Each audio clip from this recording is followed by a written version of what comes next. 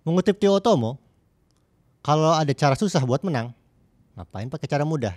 Tapi itu buat Manchester United. Buat Man City sih, kalau ada cara gampang, ngapain pakai cara susah? Welcome to Box Football Show.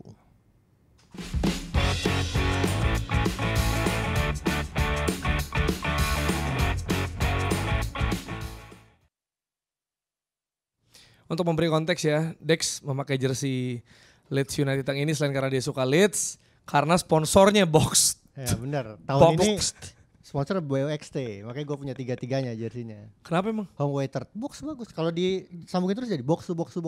Nah, Gitu kan? enggak Karena maksudnya. box to box apa karena diskon? Karena Enggak, kalau Diskon. disambungin semua Buy jadi one, get box one. to box. ya. Tapi ya bagus lah. Tidak seperti penampilan timnya. Tak terkalahkan sejak awal tahun. Oh, Posisi tapi dia berapa tersingkir sekarang? sama Chelsea Posisi kan. Iya tersingkir Tim yang kalah sama Chelsea sih terkalahkan bahaya di Piala banget. FA ya. Tim di yang Piala kalah sama Chelsea nggak bisa dibilang bagus ya. Tapi kalau soal tragedi Kanjuruhan nih, udah pengusutannya udah bagus belum? Udah membaik belum nih dari update-nya? Kalau ngelihat update sih belakangan kalau keyword Kanjuruhan itu kebanyakan acara ya. Iya acara bener. Balapan. Terus kemarin apa lagi kemarin yang gue lihat ya, balapan. UMKM. Banjir. Gitu ya. Cuman itu kan konteksnya mungkin Kanjuruhan secara daerah ya. Bukan tragedinya, bukan stadionnya, tapi kalau stadionnya tuh belakangan menurut gue belakangan tidak ada perkembangan berarti kecuali yang kemarin kita ngobrol sama tim dari Kontras bahwa mereka menuntut dihentikan kan dari keluarga korbannya gitu ya. Buat renovasi. Gitu. Nah, kalau dari kita sih pastinya kalau misalkan ngomongin Kanjuruhan, kenapa sih disuarain terus ya? Karena segala sesuatu yang belum tuntas, apalagi namanya tragedi ya memang harus dirawat gitu ingatannya gitu. Karena kan kalau misalkan nggak dirawat ingatannya ya udah dianggap lalu aja gitu loh maksud gue. Merawat ingatan dan menolak lupa pastinya ya. Jadi kita suarakan terus usut tuntas tragedi Kanjuruhan, juga bisa disuarakan di media sosial, bisa disuarakan juga kalau lagi nonton Liga 1, Liga 2, bahkan di bulan ini akan ada pertandingan tim nasional Indonesia menghadapi Vietnam. 2 kali. Dengan jersey baru juga. Kemarin gue nonton Persija gue suarakan kok. Oh iya, lu Tapi Persija sama Dewa ya kemarin ya? Tapi nggak tahu terdengar atau enggak. Lu kan nontonnya di suarakan di kafenya mana? kan lu. Enggak di VIP gue. Enggak. Lu menyuarakan di mana? Hah? Di Melalui tribun. apa? Tribun. Oh, Ya di suara tribun. aja. Kan bersuara. Oh. Usut tuntas Kanjuruhan gitu doang. Lu kan cuma berdua sama temen lu kan? Iya. Ya gak kedengeran lah. Lu teriakin juga. Gue suarakan. Lu teriakin Persija juga gak kedengeran apa pemain. Spanduk Dex, spanduk. Iya harusnya lebih. Tapi susah bawanya ya. Susah bawanya. Karena lu kan kemarin bisa luar kota. Terus juga sama temen gue juga orang Ceko gak ngerti tadi ya. Iya benar. Apa nih? Iya, tapi suara itu penting ya, apalagi suara dukungan yang akan kita bahas nanti. Tapi pasti ada alasan kenapa Rossi memakai jersey Inter Nusantara.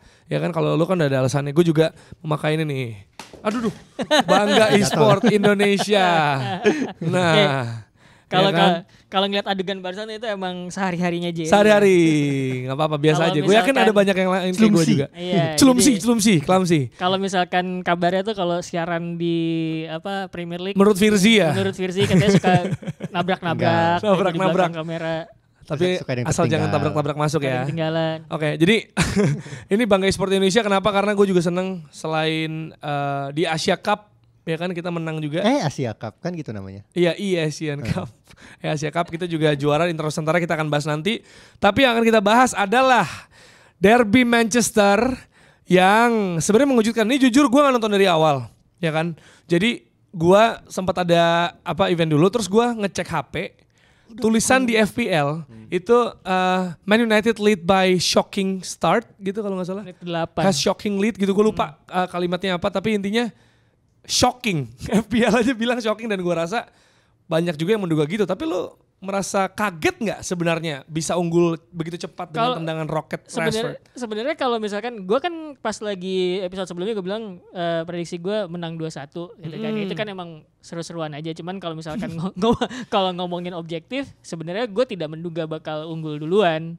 Gitu loh. Karena setelah melihat cara main City sama cara main United segala kemungkinannya tuh mengarah kepada susah nih kayaknya buat menang apalagi unggul duluan gitu. Paling mentok imbang lah. Jadi gitu. apakah itu ada berbau keberuntungannya? Kalau dibilang berbau klinis di momen itu. Kalau menurut berbau keberuntungan enggak ya. Jadi kan kalau misalnya kita ngomongin itu berbau keberuntungan kayak kita mengecilkan kemampuan pemain kan sebenarnya. Tapi kalau ngelihat proses golnya menurut gue itu emang beberapa kemampuan yang dimiliki oleh para protagonisnya. Kalau buat gue ya, Onana distribusi bola jauhnya emang oke.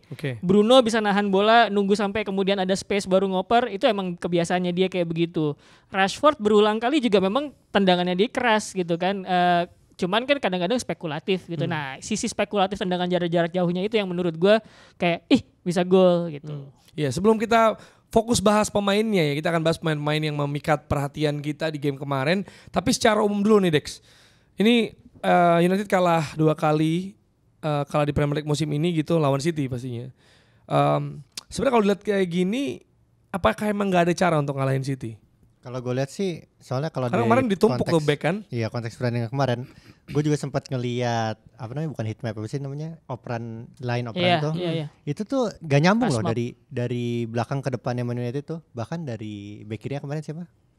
Kemarin tuh back kirinya gue lupa, Dalo kan. Dalo kanan. Kirinya tuh si Lindelof kiri betul. Lindelof kiri sama back tengah kirinya tuh gak ada hubungan, gak kayak gak ada koneksinya gitu.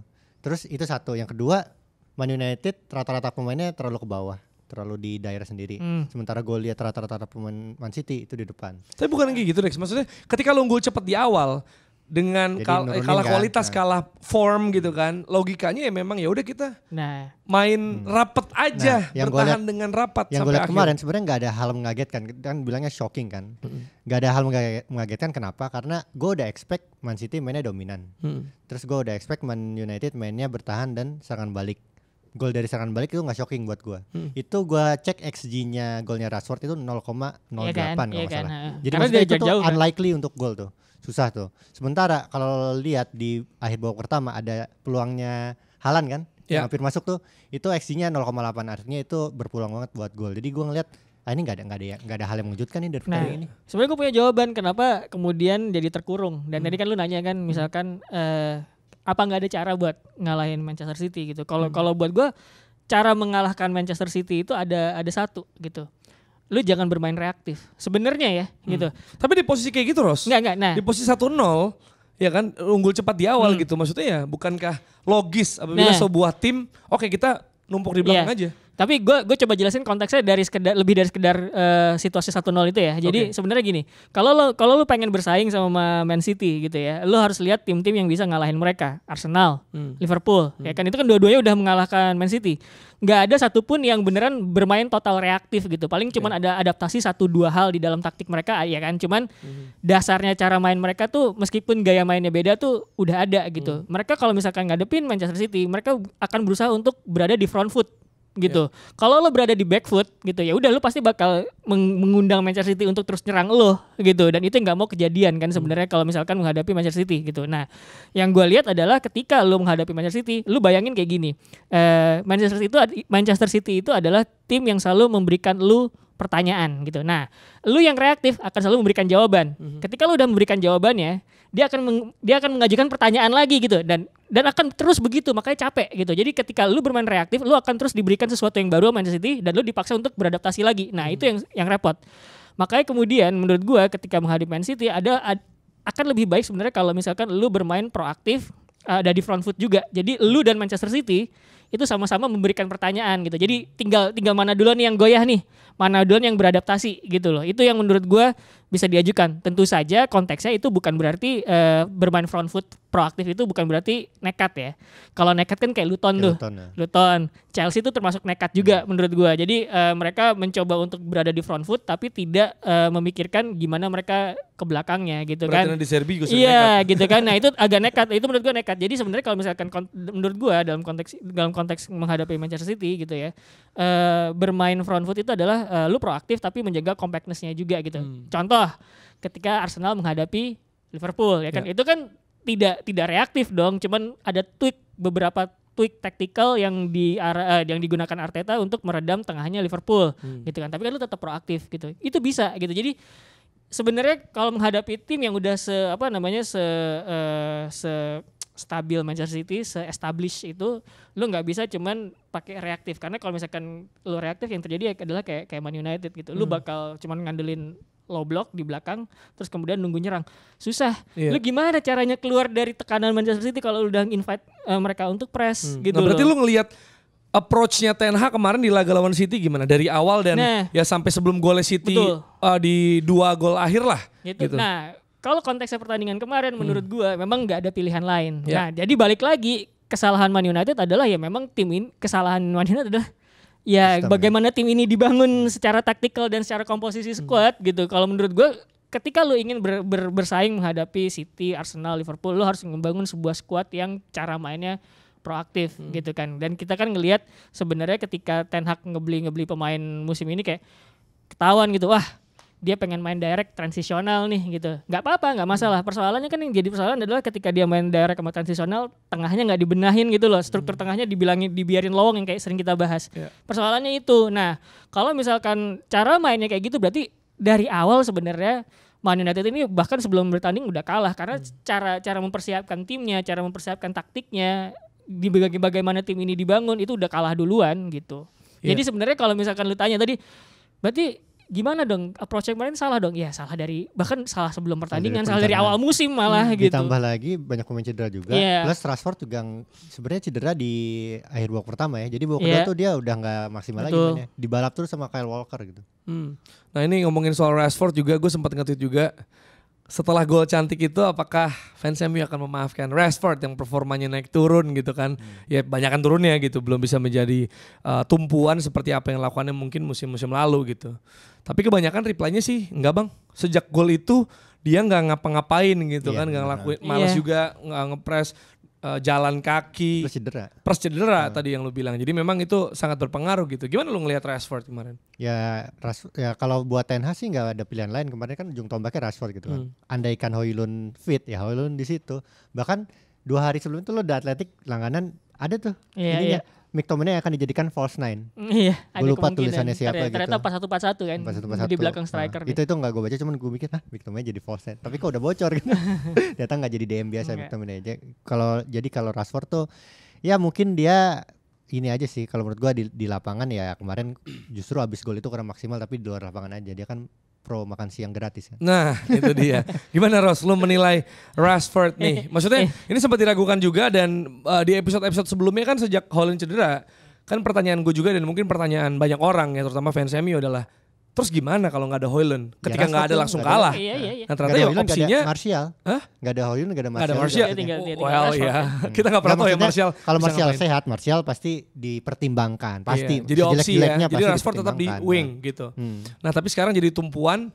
Tapi di game kemarin sih kalau hasilnya lebih berpihak pada United atau imbang aja gue rasa Rashford akan dapat sorotan lebih baik. Enggak, menurut gue orang tuh masih harus ngelihat Rashford secara konsisten sepanjang musim dan gak cuma satu musim doang gitu. Musim kemarin juga kan konsistennya dia setelah Piala Dunia kan sebenarnya gitu loh. Jadi buat gue Rashford tuh masih questionable. Kalau buat gue ya, terlepas dia memang punya kemampuan dribble, speed, kemampuan fisik, shot, oke. Cuman kan yang dikritik orang banyak kan kemampuan dia di luar ngolah bola, decision making gitu loh. Terus kemudian fokus ketika lagi pressing gitu, kedisiplinan posisi gitu. Itu kan yang kemarin yang banyak yang nge-reply lo itu kan perkara kedisiplinan kan. Teknik-teknik tanpa bola semua loh itu kayak gitu. Jadi kalau misalkan gue ragu kalau misalkan one day pelatih baru atau mungkin Ten Hag pengen nerapin pressing lebih agresif cuman di backup sama belakangnya gitu ya. Gue ragu apakah Rashford bisa secara konstan disiplin dengan taktik tersebut gitu. Ya tentu saja gue berharap dia memperbaiki ya gitu. Kalau misalnya nggak memperbaiki ya sulit gitu loh. Padahal dia udah God ya Rashford tuh. Iya. Iya kan MB ininya. MB. Apa namanya? Itu gelarnya MBA. Tapi konteks makan siang gratis itu bukan programnya Rashford ya. Itu jadi sebenarnya dia memperjuangkan aja. Iya, jadi sebenarnya di Inggris itu emang ada makan siang di sekolah yang mana Rashford dulu kan miskin ketika dia kecil dan dia selalu mengandalkan makan siang di sekolah supaya buat ngisi perutnya karena di rumahnya ibunya belum tentu ada makanan gitu kan. Nah, ketika dia sudah dewasa dan jadi pemain bola, program itu mau dihapus pas Covid gitu. Nah dia memperjuangkan jangan sampai dihapus karena ada orang-orang kayak gue yang kecilnya tuh ngandelin banget makan siang itu gitu, bukan programnya dia. Dan sebenarnya setelah kemarin Rashford golin itu kan ada statistik ya ketika lawan big teams memang Rashford itu sering banget step up dan bikin gol kayak gitu. Nah tapi yang menarik adalah ketika gue ngelihat akhirnya Rashford golin, gue inget itu 3 hari sebelum kemarin ada artikel di The Players Tribune ya, yang mana itu kan tulisan pemain sendiri kan, bahkan ada Iya, tanda pakai tangannya ghostwriter gitu. itu. Ya pakai ghostwriter ya. Terus ada juga videonya juga, Marvel walaupun dong ya? cuma Marvel dong. Itu Ghost Rider. Oh salah. Ghost Rider tuh Buyar penulis. gua. Jadi kalau misalkan lu pengen nulis autobiografi tapi lu nggak bisa nulis, lu hire penulis Iya. gitu. Iya, jadi intinya adalah itu curhatannya Rashford di Players Tribune. Terus juga ada videonya juga, mungkin sekitar 4-5 menit, tapi ada tulisannya, dia bilang sebenarnya kalau lu ngeraguin komitmen gue sama United, gue harus pick up gitu. Gue bisa terima kritikan dari podcast, dari media cetak, dari segala macam gitu ya. Tapi kalau udah urusannya soal komitmen atau gimana gue ke United, itu gue perlu ngomong akhirnya. Gue nggak bisa diem aja karena katanya media itu nggak pernah benar-benar nulis tentang gue. Jadi kalau menurut Rashford, media itu nulis tentang seorang karakter yang namanya Marcus Rashford gitu. Jadi bukannya soal, dia bilang bukan soal pemain 26 tahun yang gimana kesehariannya segala macam, Ya, tapi lebih ke apa harga mobil gua berapa, gaji gua berapa, terus body language gua berapa gitu, dan biasanya gimana maksudnya. Terus dia juga bilang itu semakin meningkat ya kritikan dan spotlight ke dia sejak Sebenarnya apa yang dilakukan di masa pandemi. enggak. Ketika dia membela hak makan siang gratis tadi karena dia pernah ngalamin juga karena dia relate. Dia bilang for some reason ada orang-orang yang seperti pengen menuding dia dan bilang sih kita lihat dia aslinya gimana sekarang gitu. Sebenarnya kalau menurut gue pembicaraan di derby Manchester ini nggak seharusnya berputar di Rashford. Cuman ketika kita sudah membahas Rashford ya sudahlah gitu. Karena tidak ada yang spesial menurut gue dari Rashford, termasuk omongan dia di Players Tribune gitu. Karena buat gue ketika dia dikritik, orang yang mengkritik dia itu ngelihat cara mainnya dia, bukan ngelihat kelakuannya dia gitu. Even Class of 92, Gary Neville, Paul Scholes gitu, Roy Keane, mereka kan bilang dia tuh udah 26 tahun gitu. Harus ada sesuatu dari permainannya gitu. Kalau misalkan dia membela diri nggak apa-apa, cuman menurut gue itu membelokkan fokus dari apa yang sebenarnya dikritik terhadap Rashford gitu loh. Dia boleh membela diri, itu hak dia. Yang nulis di Players Tribune saya kan. Cuman menurut gue sebenarnya itu agak menggeser perdebatan soal Rashford kan sebenarnya. Kalau gue pikir yang terjadi dari Rashford itu permainan. Orang tuh udah mulai bingung lihat dia ini sebenarnya kenapa sih nggak bisa konsisten? Oke lah, mungkin ada persoalan di timnya itu nggak pernah stabil ya. Man United itu nggak pernah stabil gitu. Cuman di sisi lain ketika dia mendapatkan role tertentu, kadang-kadang decision makingnya buruk, nendang harusnya placing malah shooting kenceng pakai power gitu loh. Menurut gua tuh sebenarnya itu perkara football IQ aja sih kalau gitu ya. Ya mungkin dia boleh nggak setuju ya. Enggak kok, gua oke cuman yang orang lihat kan beda gitu loh. Jadi menurut tulisan itu pembenaran atas dirinya aja. Pembenaran atas performance dia. Menurut gue bukan pembenaran, tapi lebih ke arah gue pengen curhat karena gue ngerasa diserang. Itu hak dia. Cuman balik lagi ya orang juga berhak buat nge-counter. Enggak, orang nggak mengkritik semua itu gitu. Lu ngasih makan siang gratis, oh ya itu bagus gitu. Cuman ada kritik juga sorotan dari permainan lu di lapangan gitu. Dan itu dia harus terima itu. Gue sih nggak mengesampingkan apa yang Rashford bilang sih. Gue setuju justru kritik-kritik terhadap dia itu apapun kritiknya ya, itu makin menusuk dan makin disorotin ketika dia habis pandemi itu menurut gua. Itu valid menurut gua. Tapi valid, ya, soal isi kritiknya gua setuju sama Rossi. Soal isi kritiknya ya. Betul, dan Rashford juga bilang kayak I promise you the world has not seen the best of this United team and these players. Dia bilang masih ada versi yang lebih baik dari ini. If you back me good, if you doubt me, even better. Dia bilang gitu. Nah, maksud gue gini. Buktiin aja. Iya, gitu. Mengacu lagi ke yang tadi lu bilang kan, kalau misalnya orang ngejudge Rashford sekarang, tapi kan kita nggak bisa melupakan apa yang dilakukan beberapa musim terakhir. Toh sistem MU juga kayak gini, bukan musim ini aja gitu kan. Jadi musim-musim lalu yang mana bisa dibilang lo main di carry juga sama Rashford, paling nggak musim lalu gitu. Akhirnya bisa naik terus ke atas gitu. Nah, bukankah sebenarnya kalau Unitednya nggak kayak gini secara tim, drop off performance dari Rashford sebagai seorang pemain wajar aja di musim ini? Enggak. Enggak menurut lo? Enggak. Maksud gue Karena musim lalu dia nyelamatin. Jadi musim ini kalau lagi jelek, kok nggak ada nggak semua pemain bisa konsisten tiap musim gitu loh. Enggak. Misal dari kaum yang bela Rashford nih. Enggak. Coba gue pakai. Ya, maksud gue Rashford tuh pernah dimainin di sayap, pernah dimainin jadi striker, terus diberikan kebebasan berbagai posisi, berbagai role. Cuman pasang surut itu tetap ada, Jer. Jadi kalau misalkan lu pengen ngomong Rashford tuh, banyak sebenarnya analis di Twitter yang bilang bahwa Rashford tuh bagus. Iya, gue setuju, tekniknya oke segala macam. Cuman menurut gua lo harus lihat juga ketika dia dimainin di berbagai posisi, di berbagai role. Itu pasang surut itu ada, inkonsistensi itu tetap ada. Berarti emang sebenarnya ada persoalan di Rashfordnya juga. Dan mungkin kalau misalkan di Part United ya mungkin adalah perkara ini anak gak pernah dapat coaching yang bagus dari muncul dari Van Gaal kan. Terus kemudian bergonta-ganti pelatih ya mungkin gak pernah ada yang bisa ngasih masukan atau coaching dia juga. Maksud gue poin gitu. gue ini loh. Kalau misalnya United gak kayak gini, misalnya secara performance, secara tim ya, sorotan ke Rashford gak akan segede ini mungkin, ya gak? Maksud gue ya wajar aja pemain drop of performance kan ada di tim besar ada pemain yang ngedrop, tapi yang lain bisa backup sehingga dia tidak dihujat segitunya, itu maksud gue. Enggak, menurut gue kalaupun Man United misalnya bagus nih, apakah Rashford bakal disorot gitu? Menurut gue ya bakal disorot juga. Soalnya dia timnas Inggris juga menurut Iya. gue. Selama dia main di timnas sih bakal Dan disorot. Dan dia pakai nomor 10 loh, lo jangan salah. Dan lo juga jangan lupa. Dan dia akademi juga segala macam. Dia Akamsi. Makanya kemarin tuh di derby Manchester itu harinya Akamsi menurut gua. Rashford dua gol dari Foden. Bahkan Haaland juga lahir di Leeds kan. Maksudnya ya sekitar daerah Manchester situ, itu juga. masih agak jauh ke arah sana ya, kanan lah. Ya boleh tambahin lah Dex. Ya lo juga udah bilang tadi ya soal Akamsi ini. Nah sebenarnya kan tadi Rossi juga bilang sorotannya harusnya bukan ke Rashford tapi jelas ke Foden.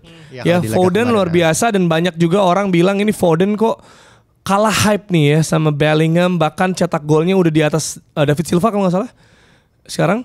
Jadi secara di Premier League ya kalau nggak salah. Jadi secara walaupun memang ya dia cenderung lebih offense dengan ada di wing dan bisa free roll gitu, Silva kan cenderung tengah ke depan gitu. Phil Foden ini pemain yang katanya spotlightnya nggak sebesar itu tapi sebenarnya kualitasnya luar biasa. Buat gelandang yang berkaki kiri ini sih sebenarnya unik sih Foden. Terus juga lo kalau lihat kemarin gol yang ke-1 atau kedua ya gue lupa yang selebrasinya kayak sniper gitu. Dua-duanya juga ada sih. Dua-duanya juga ada gitu terakhirnya. Itu ternyata ada alasannya. Guardiola bilang sejak musim lalu dan 2 musim lalu dibanding musim ini Rashford lagi. Foden itu salah satu kemampuan yang upgrade itu adalah shooting dia. Bukan syuting kayak gini ya, syuting rendang. Iya. Tendangan dia gitu. Siapa tahu dia bisa syuting juga di sini. Bisa juga sih. Nah itu beneran ditunjukin, maksudnya gini, lo bisa jadi gelandang bagus, bisa ngasih bagus, bisa dribble bagus, tapi lo kalau bisa mencetak gol, sorotan bakal ke lo. Nah dia lagi bertransformasi jadi Foden yang banyak mencetak gol di musim ini. Makanya lo tadi bilang sorotan ke Foden, apalagi derby Manchester lewat cetak 2 gol. Ya dia berhak dapat itu dan ternyata coachingnya udah lama dari situ. Dia emang udah mempersiapkan improvement ini. Tapi kan gini, kadang improvement gimana pun tapi terpentok oleh Pep Roulé. Ya kan kita juga tahu sebenarnya yang minim tersentuh itu adalah Rodri sama Kevin De Bruyne. Ya, Kevin De Bruyne. Tapi di musim ini yang emang karena faktor cedera juga sih yang dialami City gitu. Ya kita lihat Foden juga cukup konsisten bermain ya. Terutama kalau kita main FPL kita tahu banget bahwa ini pemain yang hampir pasti dimainkan Pep gitu. Ini berarti berpengaruh dari Pep juga dong ya dengan memainkan dia. Karena Foden juga banyak bisa step up di game-game penting tapi tetap kena Roulé juga, Ros. Iya kalau buat gue kan sebenarnya Pep itu kan yang paling dia dia utamakan tuh sistemnya dia kan. Kalau pemain nggak bisa masuk sama sistemnya dia, ya nggak bisa tembus seberapa pun bagusnya lu. Pengecualian mungkin cuma Lionel Messi ya, itu kan udah freak ya, freak of nature Lionel Messi gitu loh. Buat gue sih, menurut gue gini, jadi kalau misalkan kenapa kemudian tadi pertanyaannya kenapa sih Foden tuh bagus padahal tapi nggak pernah disorot gitu, nggak kayak Jude Bellingham di Real Madrid gitu kan, orang-orang ngebandingin itu.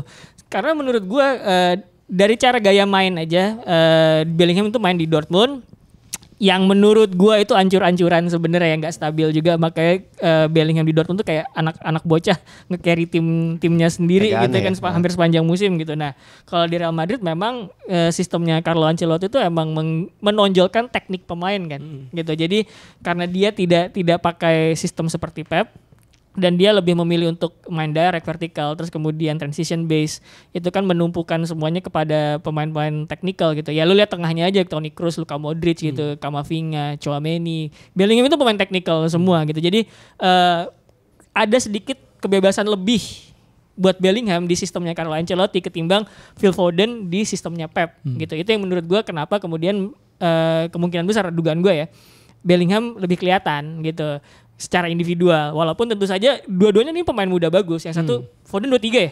Foden 23 masih muda lah, Bellingham 20 gitu. Jadi teknik bagus, cuman kenapa yang satu kelihatan tekniknya lebih menonjol gitu Bellingham ya, lebih 17. kelihatan. Iya, ya itu juga sebenarnya. Bellingham 17 tapi. Kok 17? Job Bellingham. Joe Bellingham. Jude Bellingham 20. Nah, maksudnya Sunderland maksudnya. Berarti Iya, ini iya. dong, berarti begitu bisa bilang performance pemain atau spotlight untuknya, sorotan bisa juga dipengaruhi oleh sistem yang pelatihnya pakai. Benar, makanya tadi yang lo bilang rule di Rotasi rotasinya Foden itu sebenarnya bukan masalah buat City, buat Pep. Karena ya emang dia dengan kekayaan SDM-nya dia punya gitu. Ya justru dia bisa melakukan itu. Makanya lo kalau lihat sorotan Foden sama Bellingham, kenapa Bellingham bisa bagus juga, itu juga tercermin di timnas Inggris juga. Bellingham lebih kepake daripada Foden. Kenapa? Iya. Nah itu yang gua nggak tahu jawabannya. Nah, itu kemungkinan sistemnya kenapa kemudian Bellingham lebih kepake di Inggris mungkin karena sistemnya Gareth Southgate tidak sampai sedetail kayak Pep Ya, kayak Guardiola bisa jadi gitu Dia loh. butuhnya Iya. kreativitas pemain ya. Iya. Anda silahkan gitu ya. Silakan yang bisa berkreasi kayak gitu, sebebas mungkin. yang bisa kayak gitu Bellingham Coach. bukan Foden. Coach, gimana coach cara nyerang kita? Pokoknya bola ketika udah nyampe ke lu suka-suka. Bisa enggak? Itu contoh ya, Gue cuma nyontohin. Kira-kira analoginya kayak gitu. Jadi kalau di Real Madrid, gue melihatnya sih ada kebebasan tiap-tiap individu tuh lebih gede ketimbang Manchester City yang lu nggak boleh. Ada kebebasan tentu saja, ada kreativitas. Cuman semua koridornya tuh jauh lebih kecil ketimbang sistem sama taktiknya. Iya. Gitu loh. Jadi itu yang membuat gue merasa bahwa kenapa Bellingham tuh lebih menonjol ketimbang Phil Phil Foden. Foden. Walaupun tentu saja gue sih menebak akan selalu ada masanya pemain-pemain Manchester City itu menjadi apa ya, nge-carry the whole team gitu kan. Kalau dulu David Silva gitu kan, terus kemudian ada masanya Ilkay Gundogan gitu, terus kemudian Kevin De Bruyne masih menurut gue. Nah kalau mungkin eranya ini De Bruyne udah lewat gitu ya, mungkin yang next ya Rodri, Phil Foden gitu. Nah menurut gue dari situ mungkin baru akan lebih kelihatan Phil Foden secara individual gitu. Kalau sekarang kan masih lebih ketutup sama Rodri, ketutup sama De Bruyne gitu. Walaupun Foden sudah mengulang catatannya di musim lalu ya, 11 Iya. gol 11 gol, cuma dari 27 pertandingan di musim ini. Kalau musim lalu kan the 38. whole season gitu. Jadi satu bisa memecahkan rekor dia musim lalu, yang kedua ini bukti konsistensi. Itu yang Betul. terlihat gitu. Cuma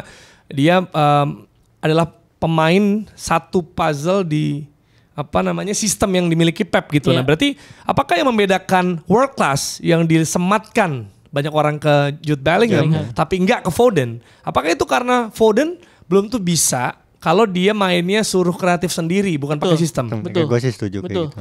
Jadi kalau Tapi disuruh tentu saja orang bisa nge-counter. Foden udah treble. Udah Premier League berapa kali? Bellingham ICL aja belum ICL gitu kan. Tapi kalau misalkan menurut gue lu bisa meng-counter lagi. Apakah Foden berada di tim yang sesulit Bellingham di Dortmund? Katakanlah gitu. Tapi kemarin kita juga perdebatan kita itu, apakah title itu adalah salah satu indikator juga untuk pemain di level Iya, di world class? iya, Karena iya, Harry iya, Kane iya. nggak punya itu. Nggak punya itu, betul. Tapi kita bisa bilang kayak gitu ya kan? Harry Kane tuh baru diuji beneran kan menurut gua di Bayern Munchen ya, emang yang di top tier-nya ya. Tapi sekalipun Harry Kane nggak pernah dapat piala, anggaplah Leverkusen terus nih sampai dia pensiun misalnya ya. Terus dia nggak pernah punya major trophy di hidupnya gitu. Kita kan nggak bisa menafikan dia world class juga dong. Kalau kasusnya kayak gini. Gue tuh sulit loh menyebut Harry Kane world class, tapi tapi ada satu tier di bawahnya gitu, tapi kayak Harry Kane tuh menurut gue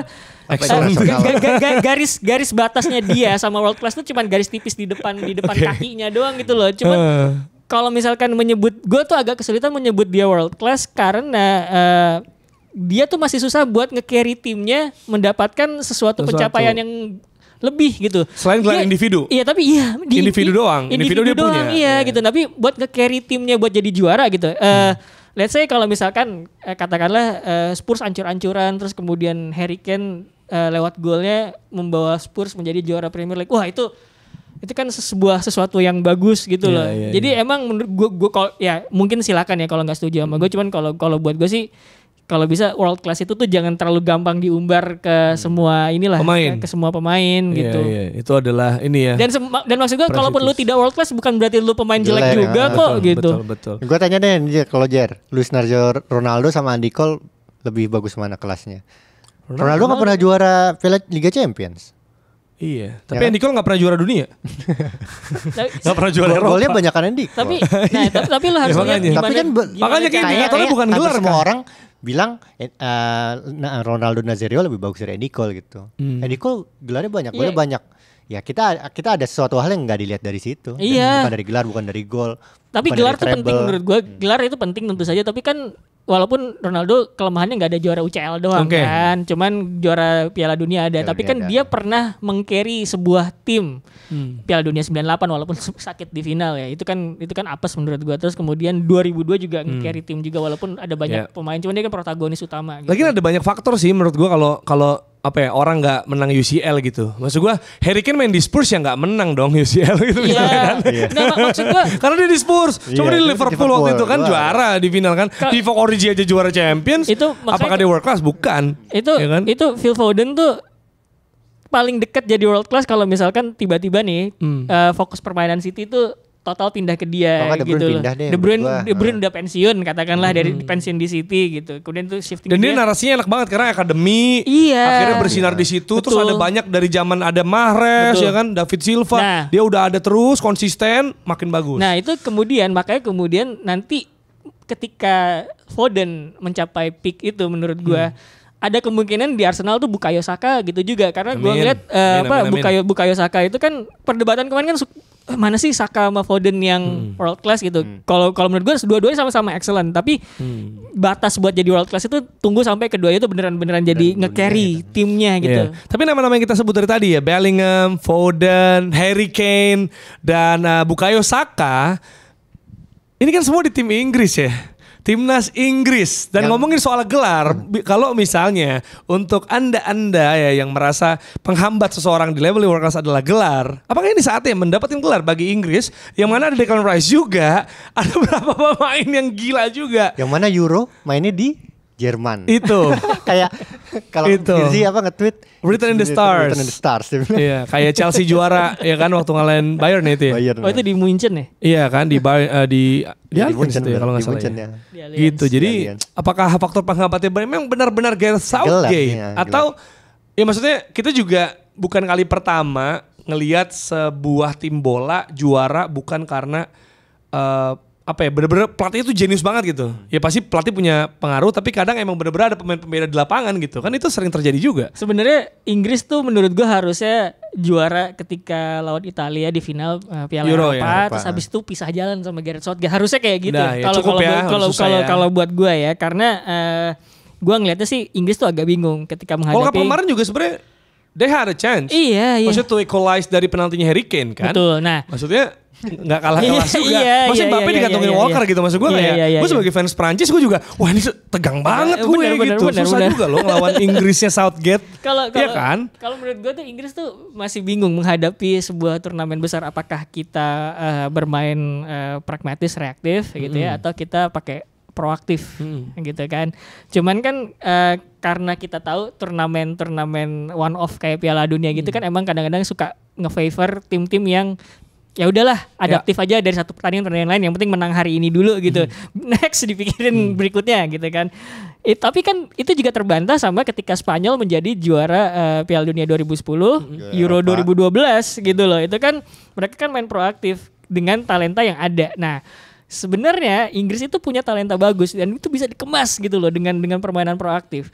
Dan menurut gua kalau misalkan mainnya proaktif, itu Italia di final itu bisa mereka kalahkan tanpa harus pertandingan sampai adu penalti. Iya, atau mereka unggul duluan juga. Iya, karena kalau main-mainan reaktif kayak gitu menurut gue emang udahlah itu ranahnya Italia lah gitu. Iya. Jadi gue pikir apakah balik pertanyaan lo, apakah kemudian ini otomatis Inggris jadi juara? Tentu saja jawabannya tidak gitu ya. Karena gue nggak tahu ini Gareth Southgate bakal mainnya kayak gimana gitu. Karena buat gue lu punya Phil Foden, lu punya Jude Bellingham. Kalau seorang pelatih yang bisa pengen gitu ya, pengen ngontrol permainan, gua akan coba mainin 2 nomor 8 gitu Oke. loh.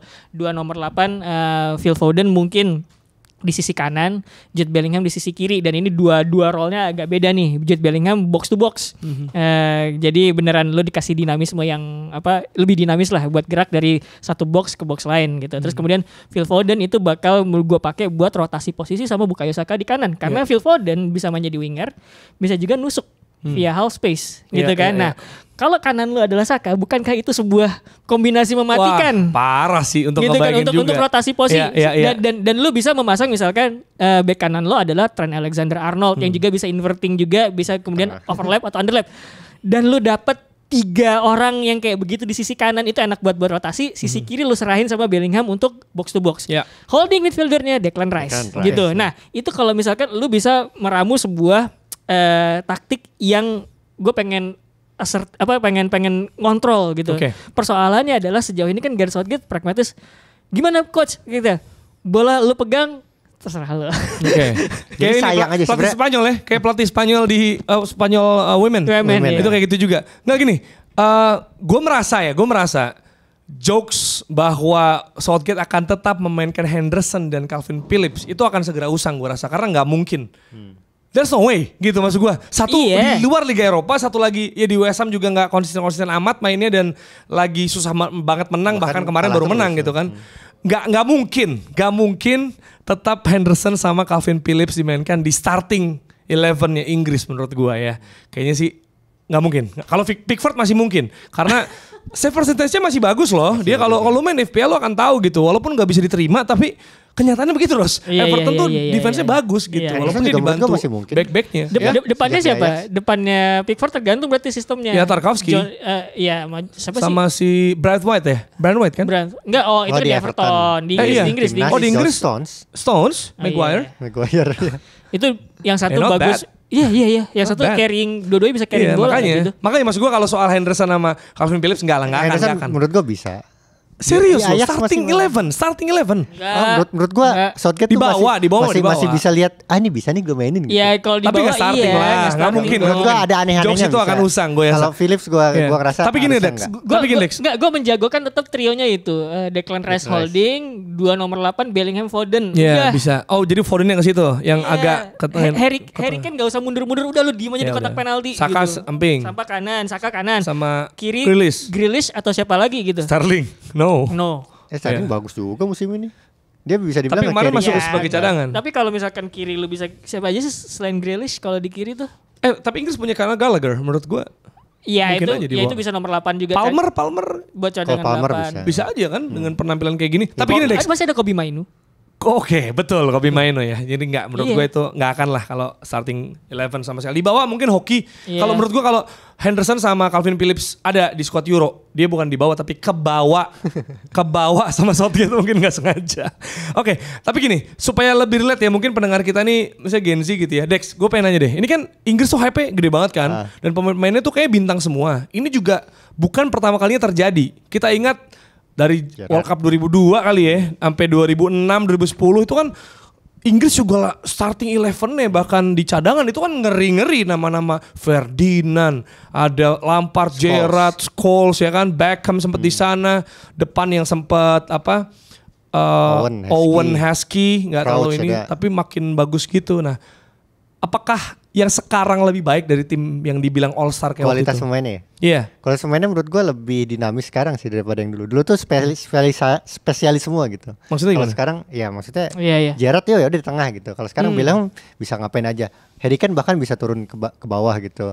John Stones bisa long ballnya bagus. Harry Maguire suruh dribble bisa gitu.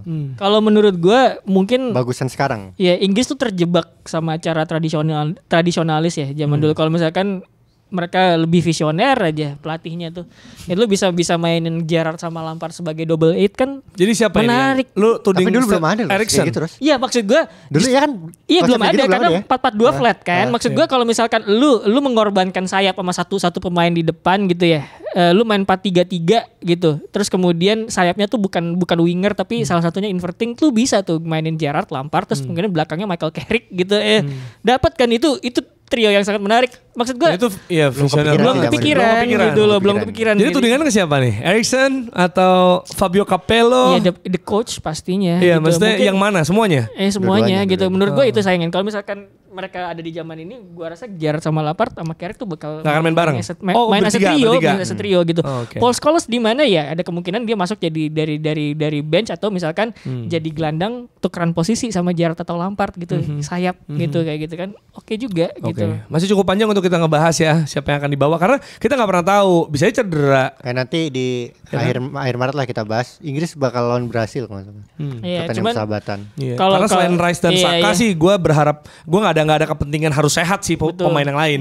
Karena kan gue bukan Inggris timnasnya. Yang penting gue Saka, Rice bisa sehat, Ben White gitu sehat gitu ya. Cuma terserah. Ramsdale bakal main lawan Brentford. Karena David Raya nggak boleh main. Oh iya benar. Ya kan? Karena tapi kalau buat gue sih, gue pengen ngelihat Phil Foden step up di timnas Inggris. Itu kenapa kemudian tadi gue menyarankan udah kelihatan musim ini Phil Foden itu salah satu andalannya City buat attacking, entah itu buat gol, entah itu buat creating chances, entah itu buat assist di belakangnya Erling Haaland. Karena kan kalau misalkan di sentralnya lu udah penuh lah tuh, De Bruyne, Bernardo Silva, Rodri gitu kan, itu udah penuh. Tapi kalau udah up front, Foden cara dia menurut gue ya, ini sorry agak bahas dikit ya, United cara dia menurut gue masuk ke half space tuh, yang ketika babak gol keduanya City itu tuh genius banget. Itu emang kayaknya udah di coaching City itu gimana caranya kalau misalkan ada ruang coba exploit itu. Makanya kemudian lu lihat Kevin De Bruyne kan main ke kiri tuh. Kesalahan Ten Hag tuh mainin Anthony karena menurut gua Garnacho sama Dalot tuh bagus banget untuk saling ngisi satu posisi satu sama lain gitu. Anthony ada dicecar kiri, kemudian terjadilah antara Alvarez, Foden, Kevin De Bruyne, dan itu semuanya dimanfaatin sama Foden gitu. Jadi kalau gue lihat ini prototipe pemain Inggris modern sih sebenarnya. Phil Foden, Kobbie Mainoo kayak gitu-gitu. Jadi pengen lihat aja dikedepanin gitu sama Inggris di tim di Piala Eropa. Oke, kita harus geser pertandingannya. Ini yang juga bikin gua deg-degan sebenarnya. Jadi ada beberapa tim yang main bersamaan kalau nggak salah 5 game di jam 10. Di jam 10. 5 apa 6 gitu ya? 5 kayaknya. Yang main bareng tuh gue ganti-ganti terus tuh. Gua karena FPL kan menyebar pemain kita ya. Gue bintangin aja semuanya. Iya, gue sempat nyalain Brentford Chelsea, gue sempat nyalain West Ham Everton West Ham. Ya, pernah. Terus akhir-akhir Forest Liverpool. Tapi ternyata pengen lihat 0-0 ya. Lihat 0-0 tapi maksud gue 90 plus 9. Darwin bukan kali pertama di musim ini dia bikin winning goal. Iya, Darwin. Dan Liverpool juga bukan kali pertama jelas mencetak kemenangannya di menit akhir gitu. Jadi gimana Dex menurut lo soal Liverpool yang lagi-lagi menang dengan ya ada kontroversi juga di kelilingnya. Jadi kalau gue lihat dari Nunez tuh orang-orang masih terpatri bahwa dia tuh bukan penyerang bagus sih, tapi bukan penyerang hoki gitu ya. Tapi setelah gue lihat catatannya, ini gol involvement ya. Maksudnya jadi gol dan assist gitu. Menurut lo bagus gak satu pemain yang bisa mencetak satu gol involvement setiap 87 menit? Bagus banget. Per game berarti ya? Enggak, ya maksudnya per game lah 90 kan ya. Per game gitu. Nah, Darwin Nunez tuh adalah salah satu pemain itu yang sorotannya padahal bukan ke dia. Waktu ada salah sorotannya ke Sarah. Waktu salah nggak ada sorotannya ke Jota sama siapa? Hakpo gitu. Ya. Jadi menurut gua Darwin Nunez tuh sebenarnya kayak berlian yang nggak kelihatan gitu loh. Jadi kalau dari pertandingan itu ya. Tapi kalau dari sosok Darwin Nunez ya. Tapi kalau dari pertandingan itu ya ini ngebuktiin bahwa Liverpool emang kayak ya udahlah, mentality monster. Mentalitinya udah kelihatan banget. Makanya itu juga yang jadi penting kenapa Man City menang lawan Man United. Soalnya kan Man City bakal lawan Liverpool kan di weekend ini kan. Jadi maksudnya kalau ada salah satu yang kepleset itu bakal costly banget buat title contender. Iya. Semoga imbang ya kalau bagi Barca selama. Gua enggak tahu nih untuk masukin gua kalau masa ngelihat jadwalnya Liverpool tuh ketemu tim beratnya cuma 3 lagi deh, Man United, Everton bukan tim berat menurut gua, sama City. Udah gak ada lagi. Sama Chelsea kalau gue lupa. Dan melihat bahwa mereka keluar dari situasi ada lubang jarum berkali-kali lawan tim yang secara di atas kertas mereka unggul lah. Maksudnya Forest musim lalu kan kalah kan Liverpool. Iya, kalah sama Forest. Yang iya kan? Brennan Johnson kan. Kalah kan. Terus lawan Fulham juga musim ini dia sempat ketinggalan mereka terus akhirnya bisa comeback. Jadi menurut gua itu sangat mengerikan ya dan kontroversinya nggak dibahas. Nah itu kontroversi lo ada komentar? Kalau kontroversi itu sebenarnya itu kan jadi kalau ada pemain cedera kan wasit boleh ngentin pertandingan. Nah waktu itu Bola lagi cedera itu pas lagi Forest ngusain bola di sayap kiri, sayap kanan Liverpool gitu. Harusnya waktu pas wasit drop ball itu bolanya buat Forest atau kalaupun buat Liverpool, pemain Liverpoolnya ngasih lagi bolanya ke Forest. Nah ini enggak, bolanya di drop sama Kelleher dikasih ke pemain Liverpool lagi, akhirnya jadi gol. Makanya pemain Forest pada ngamuk. Masalah etika berarti itu. Bukan masalah wasitnya. Jadi sah. Sah. Itu juga pernah terjadi di, gua lupa ada 2 cuman yang gue ingat Leeds waktu lawan Aston Villa. Itu biasa dikasih, maksudnya ini bola fair play loh, tapi kita golin. Oh, sama timnya John Terry tuh jadi asistennya Aston Villa tuh. Nih kita fair play tapi kita golin. Kita harus ngasih mereka gol. Dikasih Aston Villa, kick off suruh golin gitu. Ya itu masalah etika ya sih menurut gua. Jadi wasit ada salah dikit, cuman menurut gua bisa diperbaiki kesalahannya. Cuman ya Liverpoolnya nggak tahu diri aja sih. Iya, wow. Tapi Liverpool tuh kayak manfaatin kesempatan aja ya menang. Jadi ya nggak apa-apa juga gitu ya. Mungkin maksudnya kalau kita ngelakuin itu karena ya soal etika kan beda-beda gitu kan. Makanya gue inget banget waktu gue awal suka bola, Paulo Di Canio dapat fair play award kan gara-gara kiper jatuh dia buang ya kalau nggak salah. Enggak, kipernya jatuh di sana tergeletak, dia dapat crossing. Mau disundul nih gawangnya kosong, sama dia ditangkap bolanya. Tangkap pakai tangan gitu, jadi handsball. Dia bilang tuh kipernya cedera gitu. Wah respect banget. Emang kontroversi tuh Paulo Di Canio ya. Pas ke Italia malah bikin rusuh ada tangan begini. Tapi kalau kita pindah juga ke Italia ya. Tim yang dibela sama Paulo Di Canio juga, Lazio lawan Milan ada hasil 0-1 ya kalau nggak salah. Untuk kartu kuning sama kartu merahnya tuh. Iya, hujannya bukan hujan air, hujan kartu. Hujan kartu. Kartu ATM keluar. Terus Juventus kartu ATM tuh ini ya gambarnya Atletico Madrid ya. ATM dong. Juventus kalah sama Napoli, kekalahan ketiga di 5 pertandingan terakhir. Ini gue gak expect kalah sih. Kan udah kita bilangin lah Bib tuh kemarin terlalu yakin. Bib lu yakin Juventus menang. Napoli lu kan udah bilang ada Osimhen loh. Iya dia bilang Vlahovic 2 gol. Brace lagi. Iya kalah Bib. Padahal Juventus itu 5 game tuh kalah 3 kali ya? 3 kali ya. Iya kalah 3 kali. Menang cuma 1 kali. Emang trennya tuh lagi gak bagus. Terus kemudian gue ngecek XG-nya. Ini 5 game itu termasuk lawan Napoli ya. Itu emang XG-nya juga lagi kayak 4-4-an gitu.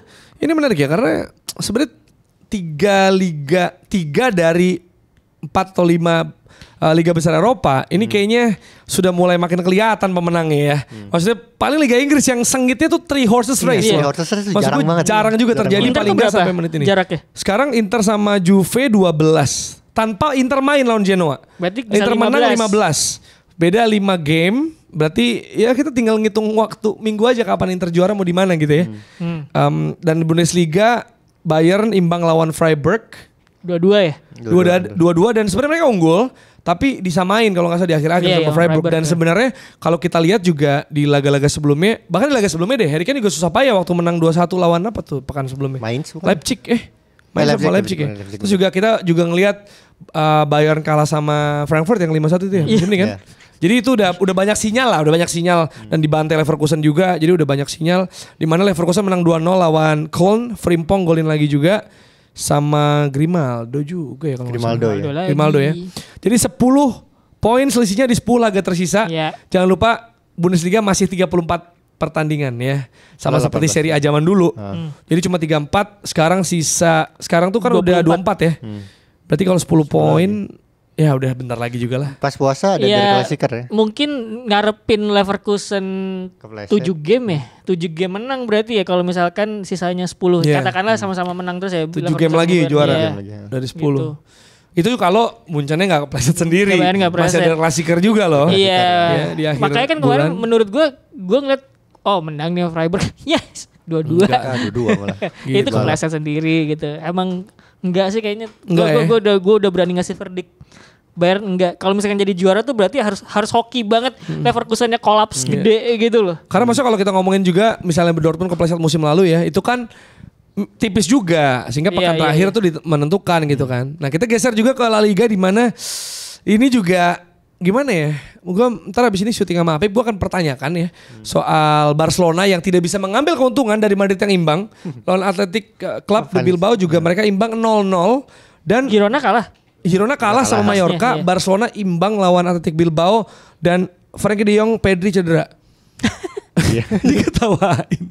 Yang mau gimana? Aduh, Madrid 2-2 lawan Valencia ya. Dikasih Girona kalah makan sama Mallorca. Gue liat Waldo nge-tweet. Kasih makan. Iya. Enggak, kemarin tuh Nih gue Si Waldo nge-tweet tuh. Enggak. Gue mau ngomongin Waldo juga soalnya. Iya. Waldo sorry ya. Gue bocorin ke halayak apa yang lu ucapkan di grup chat ketika apa? Apa? Ketika e-sportnya Barcelona itu gak telat gaji, malah WK. Orang gak prihatin nih WK. Orang liatin. Parah ya? Malah WK. Lagian sekarang kan ketahu udah bukan WK lagi. Apa tuh? MK. Wah. Mark Lock maksudnya. Iya. Kayak wah parah deh. Nah, tadi lanjut apa Girona? Iya. Girona apa? Girona kalah sama Mallorca. Waldo juga bilang semoga bertahan kayak gitu terus gitu. Ini cukup mengejutkan juga. Michel dia padahal. Tapi sebenarnya kalau kita lihat ya, sebenarnya kalau di Liga Mallorca ini semifinalis Copa del Rey. Ya. Jadi sebenarnya bukan yang kayak tiba-tiba Lemah wah gitu. ini menang. Misalnya Girona kalahnya sama tim-tim papan bawah gitulah gitu ya. Bisa dibilang ya Mallorca juga punya potensi mengejutkan. Nah tapi yang bikin rame bukan soal Barcelona karena gak ada gol. Mau ngomongin apa selain cedera ya kan. Terus Girona kalah. Ya kita juga udah merasa kita punya forecast cepat atau lambat. Konsistensi itu bisa dipertanyakan. Nih Rossi belum selesai ketawa nih. Enggak, gue lucu aja WK. Orang lagi telat gaji kok gajian ya, parah ya. diketawain. Bayangin kalau gua misalnya. Iya. Belum Jadian gajian. Parah sih. Harusnya belain ya kan. Nah Real Madrid imbang lawan Valencia 2-2. Kalau tadi lu ngomongin soal kontroversi, Liverpool lawan Forest, terutama soal etika, soal kontroversi wasit, ini bener-bener kontroversi. Diomongin banyak orang dan kita harap Bener. ada Waldo tapi dia banyak alasan. Iya. Maksudnya dia nggak ada di sini toh skripsi nggak dikelarin juga gitu ya. Iya. Walau bersuara. Iya kan? gitu. Bener Woi, kan? gitu. Iya kan Dok? Tuh aman katanya. Ya udah. Tapi Madrid walaupun punya keunggulan 7 poin ya karena rival-rivalnya juga nggak bisa memanfaatkan ini. Tapi ada kartu merah buat Jude Bellingham. Itu abis pertandingan kelar ya kartu merahnya ya? Nah, itu gimana sih sebenarnya kejadiannya? Layak atau enggak? Atau wasit yang sebenarnya dipermasalahkan? Jadi itu kan pas itu kan sebenarnya Real Madrid bisa golin ya. Cuman itu di menit terakhir itu sebenarnya gue lupa deh. Injury time itu 9 menit. Tapi itu pertandingan udah masuk menit 11. Oke. Di IFAB itu dibilang wasit itu boleh memperpanjang waktu tapi nggak boleh memperpendek waktu. Oke. Nah, kenapa boleh memperpanjang waktu? Karena itu yang terjadi di pertandingan Real Madrid Valencia, ada pemain cedera. Sementara injury time udah diturunin 9 nih. Ya udahlah, tambahin lagi karena kan ada pemain cedera gitu, nggak apa-apa. Nah, itu tuh udah lebih dari waktunya. Tapi wasit itu tuh niup peluit ketika Brahim Diaz ya. Brahim Diaz bener kan? Pemain Real Madrid Brahim Diaz lagi mau nendang crossing ke dalam kotak penalti. Kan kalau peluit panjang tuh 3 kali kan. Prit. Nah, yang prit yang pertama yang pendek itu pas sebelum dia crossing. Prit kedua pas boleh di udara, habis itu gol. Maksudnya kayak ya Bellingham wajar protes, it's fucking goal ya, dia bilang gitu dengan bahasa Inggris kan. Nah wasitnya mungkin mengiranya itu adalah umpatan yang kayak gitu. Puta itu kan artinya perek kan maksudnya. Maksudnya gitu. ya kayak nggak sopan gitu. Nah dia kartu merah. Padahal itu maksudnya itu gol sih, maksudnya itu doang. That was a goal. Tapi karena Inggris gitu. Ada fuckingnya, ada kayak gitu. Bloody goal gitu. It's a fucking goal. Jadi kalau dari perspektif IFAB, dari perspektif wasit itu udah bener. Karena waktunya itu udah sangat panjang gitu. Dan dia niup itu sebelum boleh di crossing. Sebelum di crossing. Tepat sebelum di crossing gitu. Tapi movement bolanya masih jalan. Benar. Gitu. Itu perdebatannya oke, itu bisa diperdebatkan. Itu juga pernah terjadi beberapa kali di pertandingan sebelumnya bahkan di tahun 80-an. Nah, yang jadi perdebatan adalah kartu merah itu perlu apa enggak. Karena sepertinya wasit itu tidak mengerti Bellingham tuh ngapain. Benar, gitu. karena kalau misalnya kita ngomongin hasil ya, misalnya itu harusnya Madrid gol ya, dan harusnya berarti Madrid 3 poin, Valencia jadi kehilangan poin. Gue rasa di pihak Valencia, misalnya gue pihak Valencia, gue kan juga akan mempertanyakan. Maksud gue kayak lah ya kalau misalnya udah ditiup gitu kan, ternyata bisa jadi gol. Kan nih gol gitu. Bisa tipis-tipis Valencia akan bilang, loh gue nggak defense karena menurut gue udah habis. Gue nggak defense dengan serius gitu. Jadi menurut gue satu poin ini penting bagi Valencia. Jadi hasilnya begini, tapi kartu merahnya yang kita pertanyakan. Betul. Nah, gue kartu merah dipertanyakan oke. Cuman gue mau mempertanyakan wasit juga si Gil Manzano ya, Jesus Gil Manzano namanya kan. Timingnya nggak tepat ya. Menurut gue ngapain lu ngeprit pas lagi bola lu kan bisa ngelihat gitu ini tim mau nyerang gitu kan. Bola udah ada di pinggir, ini pasti bakal di crossing. Tadi lu bilang bahwa wasit boleh memperpanjang waktu dan itu sah menurut peraturan. Berarti kan maksud gue kalau misalkan wasit pengen gitu. iya, pengen mempersilakan ya udah deh abis serangan ini hasilnya gimana baru gue semprit. Itu kan bisa aja. Iya kan bisa aja Liverpool dong. Forest injury time-nya 8 menit. Tapi itu jadinya 10. Kalau nggak salah menit 99 plus kan itu. Iya. Jadi kan berarti udah melewati injury time. Tapi karena bola lagi jalan, itu McAllister masih berupaya keeping dan mau crossing ke depan gitu kan. Kayak ditungguin dulu sama wasitnya ditungguin kan. dulu sampai bola out atau bola nggak berbahaya. Karena gue kalau misalkan gue jadi main bola, ketika gue lagi nyerang, apalagi gue tahu sekarang bahwa ada peraturan bahwa wasit boleh memperpanjang waktu dan itu sah menurut peraturan yang tadi lo bilang tuh di FAB gitu. Nah, berarti kan kalau misalkan gue lagi nyerang, terus gue kan nggak tahu ya, nyerang itu kan bisa gagal bisa juga berhasil gitu kan, tapi kan ya lihat dulu dong, kan saya kasih gue kesempatan dulu. Kalau misalkan gue lagi nyerang terus kemudian disemprit sama wasit, itu juga protes sih. Karena gue tahu peraturan kan lu bisa memperpanjang gitu. Berarti kalau lu bisa memperpanjang berarti kan lu bisa aja membiarkan gue nyoba nyelesain serangan dulu gitu. Jadi apakah idealnya ini hasilnya nggak berubah tapi kartu merahnya dicabut? Real Madrid sih lagi mengupayakan kartu merah dicabut. Bukan hasil kan? Bukan hasilnya. Karena hasil ya Valencia kan. Lah gue gak defense bisa gitu. Cuman gue kalau jadi pemain Real Madrid gue pasti bakal protes. Meskipun gue tahu wasitnya sebenarnya berhak loh wasit. Maksudnya kayak maksudnya wasit tuh nggak melanggar peraturan sebenarnya Ros. Meskipun peraturannya boleh dipanjangin, cuman wasit ya udah 11 dari 9 ya udah boleh gitu. Berarti kan maksudnya, tapi secara kebiasaan kok lu nudifnya lagi mau crossing sih gitu. Itu maksud gue. Itu gak etis juga tuh. Iya. Cuman secara peraturan benar. Cuman gue akan protes, gue sih akan protes. Nah itu dia makanya. Ini terlepas dari semua protes juga yang terjadi atas tim Inter Nusantara. Dari Luka Johnson aja. Dari Luka Johnson. Dia apa Manhattan ya? Manhattan. Oh karena ketemu di final ya? Ketemu di final dikalahin. Oh iya ini yang bacot nih, mampus. Dua kata lucu, Luka Johnson. Ada yang komen 2 kata lucu, Luka Johnson. Lucu banget. Itu kemarin harusnya ini Afif itu lagi tuh apa namanya monolog lagi. Udah gue kasih bahannya, cuman gue nggak tahu hari ini. Manhattan bacot, super bacot.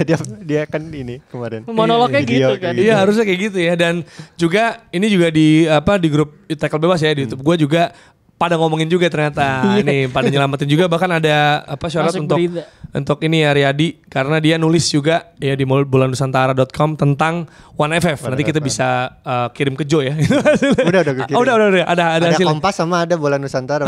Dua ini dan ini ada. Kenal nih. Ini juga kita kenal ya walaupun matanya agak kurang. Enggak. Kayak mirip doang. Mirip doang. Agak gemuk juga ya. Tapi kan ya banyak lah orang mirip gitu kan. Karena kita punya doppelganger banyak kan. Iya. Jadi mungkin gue dulu anak IT di kantor lama gue di Detik anak produk di kantor lama di Detik namanya halo Pepe, itu mirip gue. Yang ini Ros yang video orang lagi Oh iya, Jumatan yang rambutnya gondrong pakai kacamata itu mirip gue. Itu sering banget. Ada kan di meme TikTok yang mirip Halan tau gak lo yang pakai lagi sholat mirip siapa. Tadi juga ada fotonya kita merayakan ya anak intern Nusantara merayakan di Garuda dan akhirnya juara setelah musim lalu kalah di semifinal. Ini berarti Manhattan kalah terus di final ya? Iya 2 kali kalah di final. Del Ramos, Johnson, mampus lu. Kita sudah berselebrasi kemarin ya. Bas Olsing. Oh ini kayak juara main FIFA. Trofinya gede banget ini. Oh iya juga ya. Iya trofinya gede banget. Trofi OneFF gede banget. Iya. Ini akhirnya kita juara di musim kedua. So what's next for the next season yang akan dimulai kapan? Jadi sekarang ada lagi perubahan apa? Lagi transfer nih. Bursa transfer. Lagi bursa transfer. Gue rasa bukan cuma pemain ya, tapi ada juga mungkin perubahan manajer, manajer lain sebagainya gitu. Season 3 akan dimulai awal April katanya. Paling cepat ya, bukan paling lama ya. Gitu. Nah, ya, maksudnya karena virtual awal April tuh kan ini Lebaran kan. Tapi kan kalau virtual kayak nggak ada keharusan Lebaran ya. Segera biru Lebaran nggak? Oh iya. Kepacitan ya. Iya. Kita akan lihat. Wah berarti kalau dia lagi main di kota-kota selain Indonesia dia puasa lebih lama ya.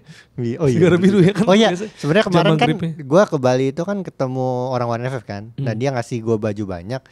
Ini contoh bajunya ya. Tapi sayangnya ukurannya S semua gitu. Jadi ini akan kita apain kita pikirin nanti ya. Tapi S semua Ros. Ya untuk dipajang ada bisa banyak lah. Ros di tas gue Ros.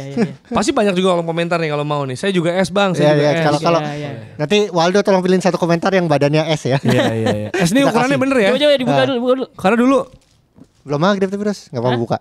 Bukan buka puasa. Kan belum bulan puasa. Bukan. Nih. Nah ini ya, cukup kecil ya. Nah ini apa jersey One FF ukuran S tapi ini ya. Jersey Inter Nusantara. One FF Inter Nusantara. Di sini ada logonya. Sini ada badan amalnya nih, Rai Hidayat Indonesia ini badan Tapi amal mereka beneran. kemarin yang di final nggak pakai yang ini ya? Nggak pakai kan home-nya kan yang warna hitam. Tapi yang bagus yang bagus yang ini. Hitam biasa Ini aja kan. tipikal baju bola gak sih? Yang bagus away-nya nih kayak Leeds juga. Karena bisa Home-nya explore. putih, ha. Maksud gue kalau home kan biasanya emang mereka tuh apa identitasnya Tradisi, kayak gitu ya. kan.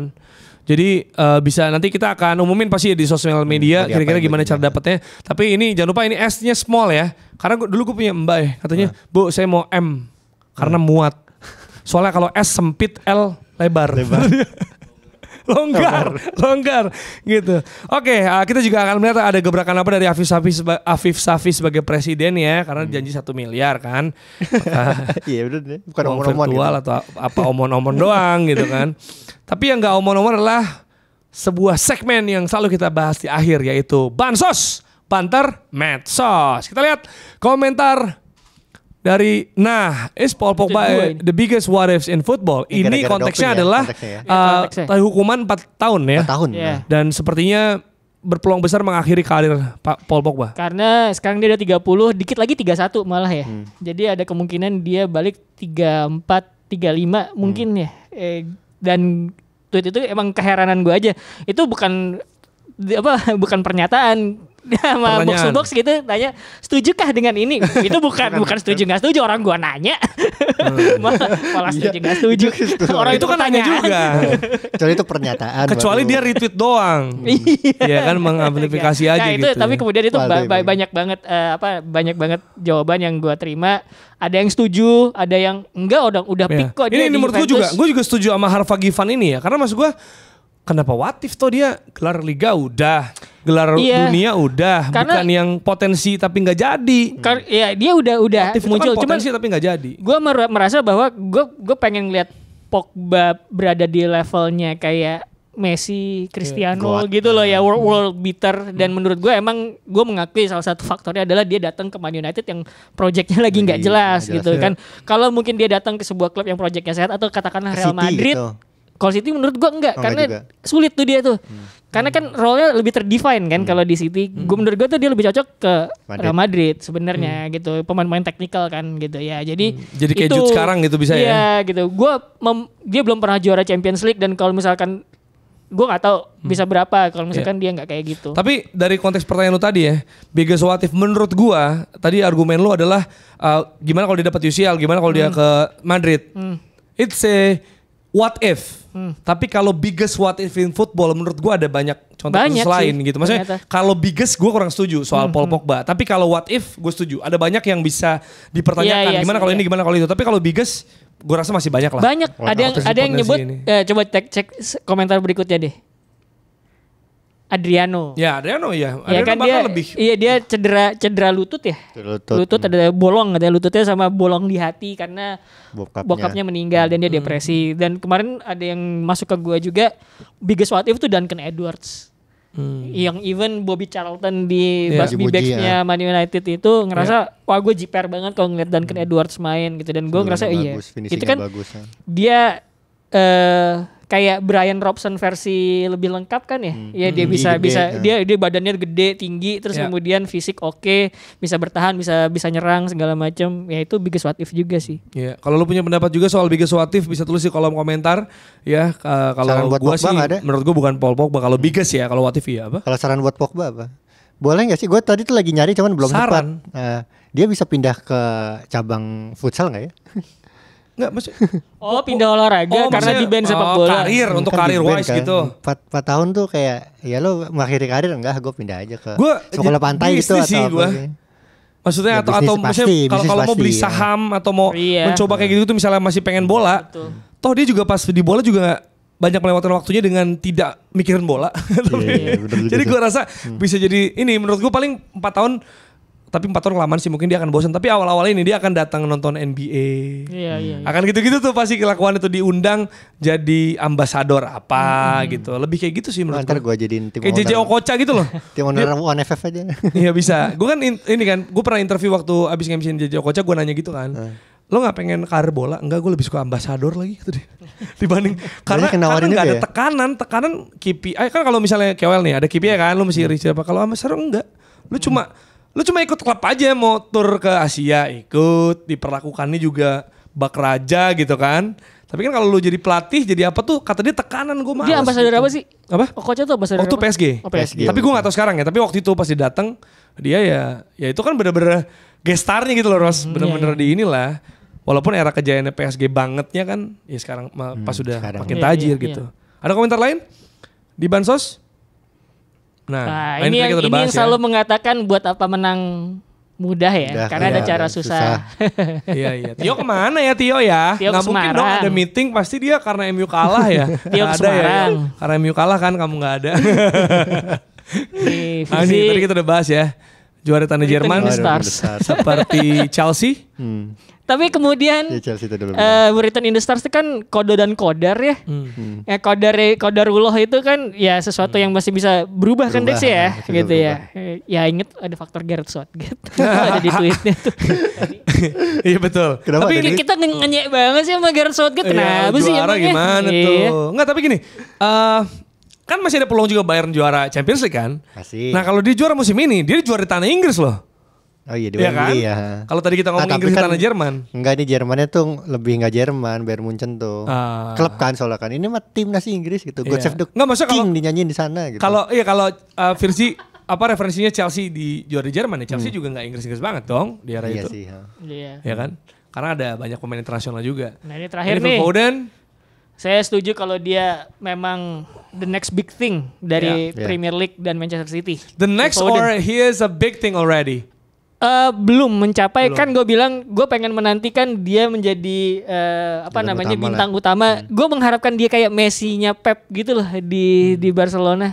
Kan jarang kan maksudnya City di City tuh Pep nggak ada ada pemain Messi-nya. yang lebih depan gitu loh. Haaland striker sih number 9 cuman bukan pemain yang tipikal forward gitu kan. Bintang-bintangnya dia selalu David Silva, Kevin De Bruyne, Gundogan, Rodri Iya. gitu kan. Tapi gini Ros, gue pengen berhusnuzon ya, berprasangka baik tentang yang tadi lu bilang sebenarnya dengan narasi yang ada. Iya. Foden dari akademi ya kan, terus ada terus di sana walaupun dirotasi juga sama Pep tapi pelan-pelan tetap menancapkan kukunya di starting 11 secara konsisten pencapaian gol asisnya. Terus Silva udah gak ada, Gundogan udah gak ada. Terus tadi lu bilang Kevin De Bruyne mungkin nanti udah gak ada, mungkin itu Haaland udah gak ujiannya ada. di situ. Nah jadinya saatnya Foden. Tapi dia main di City di mana kalaupun KDB sama Haaland gak ada, bisa aja ada lagi sehingga dia gak pernah jadi bintang utama. Kalau Gitu. menurut mungkin gak sih itu terjadi? ya menurut gue bisa jadi perannya dia bakal lebih besar Jer. Sekalipun dia bukan bintang utama. Maksudnya Enggak, ketika udah gak ada KDB iya, iya. ya pasti City beli lagi Iya, entah siapa nanti. probably mungkin kayak begitu ya, bakal ada pemain baru Bellingham. yang Tempel ke misalkan City. gitu ya. Iya kan? Tapi menurut gue perannya dia mungkin bakal lebih gede lagi, nggak cuman sebagai goal scorer atau assist di final third, tapi jangan-jangan dia terlibat buat build up di tengah, Kreatornya di katakanlah tengah. gitu. Oh, dengan versatilitas yang dia punya. Iya, dia Oke. kan dia bisa jadi winger juga loh, gitu kan. Menurut gue pemain kayak Foden yang dia kan sebutannya kalau di Italia tuh apa namanya half winger itu, kayak si Trekwa. kayak si Barella itu yang half winger gue lupa kayak Aduh yang di mulut gua Udah di apa mulut ya? ada, iya, gitu kan. Gance apa? bukan Enganche gitu. Bukan. Half winger Aduh, gua lupa. Kok jadi lupa Fanta. sih, parah banget. Hah? Fanta. Bukan, Fantista. bukan. Jadi Bukan. pokoknya sebagai pemain yang kayak gitu, ruang geraknya dia tuh Googling dah. jauh Biarin Rossi ngobrol. lebih banyak gitu loh, dan dengan ruang jelajah yang lebih banyak, kemampuan dia buat dribble, nge-shoot dia pas lagi lawan Man United yang gol pertamanya itu menurut gue bagus banget gitu, dan itu kan sebenarnya ngasih lihat kejeniusan dia kan, gol pertama itu, karena gue ngelihatnya Man United itu bagus in box defending lu bertahan Bertahannya di di box. kotak penalti. Mezzala. Box defending bertahan di dalam kotak penalti, lu butuh kejeniusan orang buat memahami bahwa di dalam sepak bola modern yang namanya ruang atau space itu valuable gitu. Nah, kalau misalkan ada sebuah tim box defending, berarti kan ada ruang di depan kotak penaltinya dia. Jadi lu nggak usah khawatir, ya udah gue gerak aja ke situ, gue shoot, tinggal nyari ruang buat shoot gitu. Itu kan sebuah pemahaman yang bagus gitu loh. Dan dia punya dinamisme Punya, udah juga punya. gitu. Jadi oke gitu, gue Iya, senang gitu. Ini Aun yang ngomong juga nih Mezzala. Mezzala, iya. Giuseppe Tapi menurut Mezzala. Mezza. Foden bukan big belum big thing sih, tapi big number aja kan, dia 47 nomornya ya. Udah ya. Ya Torre juga 42 udah gitu gede Dan lagi ini kan. ada lagi terakhir. Bedanya Foden gak se-booming Bellingham, padahal kualitas Foden jauh di atas Bellingham. Cuma gak dibesar-besarkan aja. Ya badannya kecil sih. Kualitas di atas Bellingham. Ini debatable menurut gue. Kalau kualitas di atas Bellingham. Enggak ini enggak bisa dibandingin. Beda tipe sih menurut gue. Maksudnya kualitas mungkin sama gedenya. Gak dibesar-besarkan. Di perannya masing-masing. Yang gak dibesar-besarkan Bellingham. Udah kita jelaskan bahas tadi ya. Yeah. Terima kasih untuk Girona dan semoga tetap semangat ya Girona ID walaupun habis kalah sama Mallorca. Girona mah tetap lolos ke Liga Champions menurut gua. Iya, kayak gini-gini tapi hancur juga. Gak? Atau kayak Leicester malah bisa perempat final kan waktu itu bersama Islam Slimani. Itulah akhir dari episode Box to Box kali ini. Kalau misalnya ada pendapat atau ingin membantah atau menyetujui apa yang kita omongin bisa tulis di kolom komentar juga. Nyumbang juga bisa ke Bansos. Nyumbang bansos juga bisa ya, banter medsos ya. Lo kasih take terbaik lo, opini-opini, insight terbaik lo. Nanti kita akan bacain di akhir episode berikutnya. Kita ketemu di episode selanjutnya dari Box to Box Football Show.